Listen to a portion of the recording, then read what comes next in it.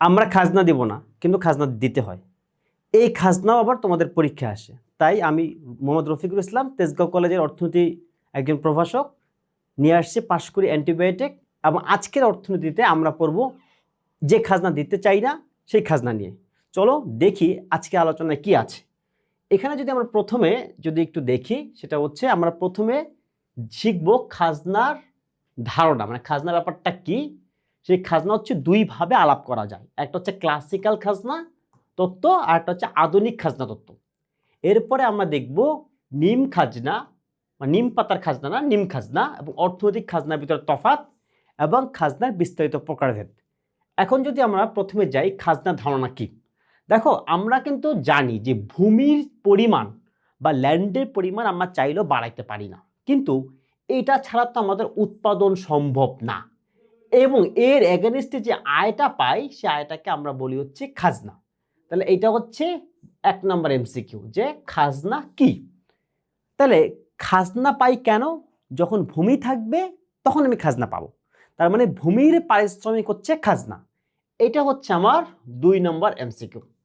3 নম্বরটা হচ্ছে এই যে এই যে ভূমির যোগান কিন্তু সীমিত। তাহলে কার যোগান সীমিত বা সীমাবদ্ধ? সে হচ্ছে ভূমি। এইটা হইতেছে আমার কি দাঁড়াইলো, এটা হচ্ছে আমার 3 নম্বর এমসিকিউ।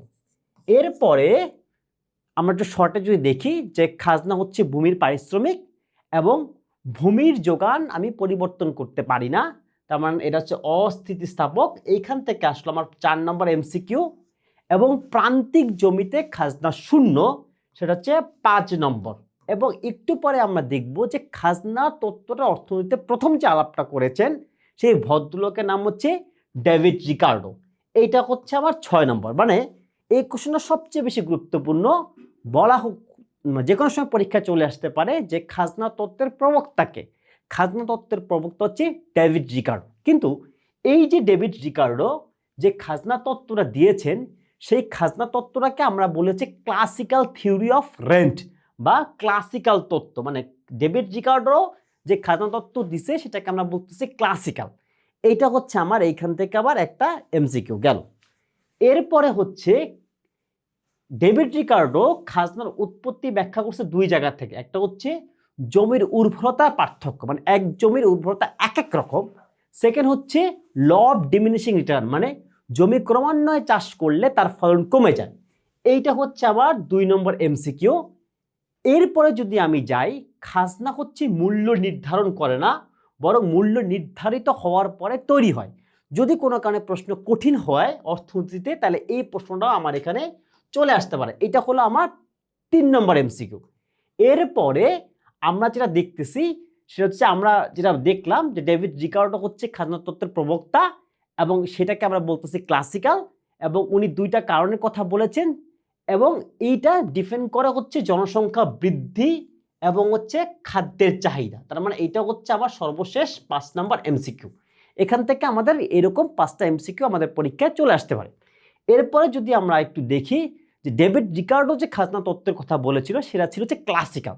তাহলে আধুনিক খাজনা তত্ত্ব শুধুমাত্র ভূমি বা এই যে জমি বা ল্যান্ডের উপরেই ডিপেন্ডেন্ট না, বরং একটা আলাদা সংজ্ঞা দেয় যে সুযোগ ব্যয়ের অতিরিক্ত আয়। তাহলে সেটা হচ্ছে আমরা অর্থনৈতিক খাজনা। তার মানে প্রশ্ন কঠিন হইলে এইটা একটা এমসিকিউ হতে পারে যে আধুনিক তত্ত্ব অনুযায়ী খাজনা কোনটি? সুযোগ ব্যয়ের অতিরিক্ত আয়টি হচ্ছে আমার আধুনিক দৃষ্টিকোণ থেকে খাজনা।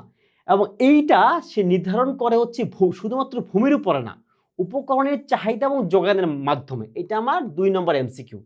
3 নম্বরটা হচ্ছে যে ভূমির যোগান ও আধুনিক যুগে সসীম হলেও প্রায় অস্থিতিস্থাপক। মানে এই জায়গা থেকে হচ্ছে ক্লাসিক্যালরা এবং আধুনিকরা একই জায়গাতে আছে। এটা হইতে পারে আমার 3 নম্বর এমসিকিউ। এবং এই যে আধুনিক খাজনা তত্ত্ব থেকে আমরা বেসিক্যালি এই 3টা এমসিকিউ পরীক্ষায় দেখতে পারি।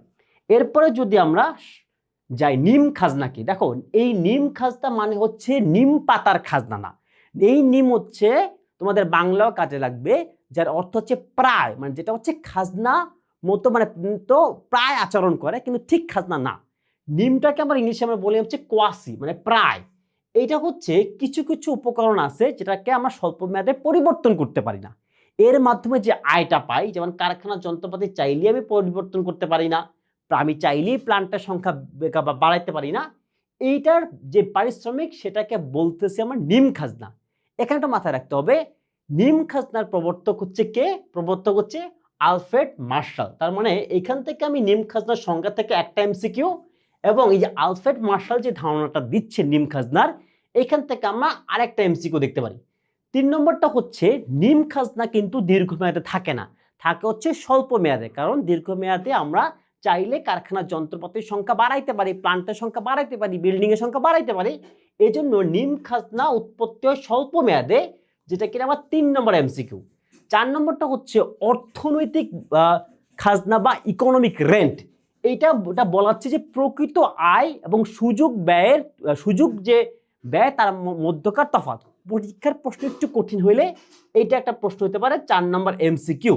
তার মানে আমরা এখান থেকে 4টা এমসিকিউ দেখলাম। প্রথমটা হচ্ছে নিম খাজনা কি, তারপরে আমরা দেখলাম যেটা স্বল্প মেয়াদে হয়, তারপর দেখলাম এটার প্রবক্তা হচ্ছে আলফ্রেড মার্শাল এবং অর্থনৈতিক খাজনার সংজ্ঞা। এখান থেকে আমরা 4টা এমসিকিউ পেতে পারি। এরপরে যদি আমরা খাজনার আরেকটু বিস্তারিত প্রকারভেদে যাই, একটু যদি আমরা খেয়াল করি যে উপকরণ ভিত্তিতে খাজনার প্রকারভেদে প্রথমে আসছে ভূমির উপরে আসে, মানে ল্যান্ডের উপরে, হাউসের উপরে, মেশিনের উপরে, চুক্তির থেকে আসতে পারে এবং কোনো কিছুর মালিক শুধুমাত্র তুমি আর কেউ না। এই মালিকানার জায়গা থেকে আমরা উপকরণ ভিত্তিতে আমরা মোট 5টা খাজনা দেখতে পাই। আবার আয়ের ভিত্তিতে খাজনা হচ্ছে যেটা আমরা একটু আগে দেখলাম যে অর্থনৈতিক খাজনা একটা, যেটা আমরা একটু আগে আলাপও করেছি। কোয়াসি রেন্ট বা নিম খাজনা হচ্ছে একটা, এইটা হতে পারে। তারপর দুষ্প্রাপ্য খাজনা, মানে যেটা হচ্ছে আসলেই দুষ্প্রাপ্য, যে কারণে তার একটা অতিরিক্ত আয় আছে।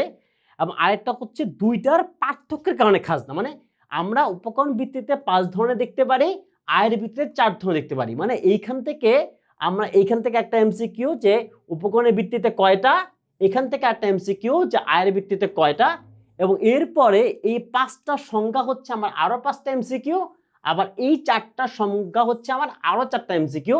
তার মানে এইখান থেকে যদি কোনো কারণে প্রশ্ন কঠিন হয়ে যায়, এখান থেকে আমরা হচ্ছে 10টা এমসিকিউ ভাবে আশা করতে পারি। এইবার আমরা একটা ছোট্ট প্রশ্ন করি, যেটা আমরা এতক্ষণ আলাপ করেছি যে ক্লাসিক্যাল খাজনা তত্ত্ব কে দিয়ে আসে। আমরা একদম প্রথম স্লাইডে আলাপ করেছি যে খাজনা তত্ত্ব প্রথম আলাপ করে হচ্ছে ডেভিড রিকার্ডো, এবং ডেভিড রিকার্ডো যে ধারণাটা দেয় সেটাকে আমরা আধুনিক বলি না, আমরা সেটাকে বলি ক্লাসিক্যাল বা পূর্বতন।